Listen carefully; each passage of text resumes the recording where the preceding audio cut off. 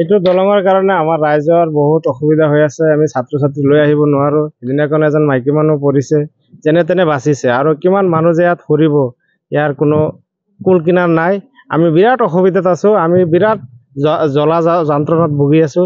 এইখন দলং কেতিয়া যে মেৰামতি হ'ব তাৰ কোনো নিশ্চয়তা নাই। সেইকাৰণে আমি এইখন দলঙৰ কাৰণে বহুত অসুবিধাত পৰি আছো। অতি সোনকালে যাতে আমাৰ বিজেপি চৰকাৰৰ অনুৰোধ এইটোৱে যে আমাৰ মুখ্যমন্ত্ৰী সাহেবে অতি সোনকালে এইখন দলং ঠিক কৰাৰ ব্যৱস্থা কৰি দিয়ে যেন।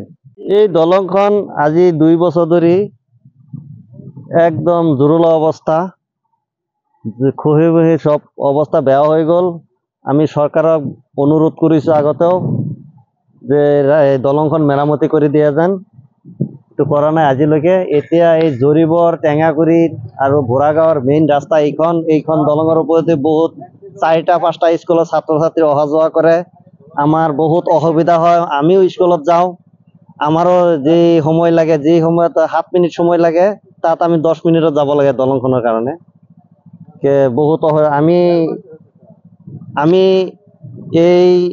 আমি চৰকাৰক অনুৰোধ জনাওঁ যে আমাৰ দলংখন অতি শীঘ্ৰে আমাৰ মেৰামতি কৰি দিয়া যেন। সেইকাৰণে আমি অনুৰোধ জনাইছোঁ।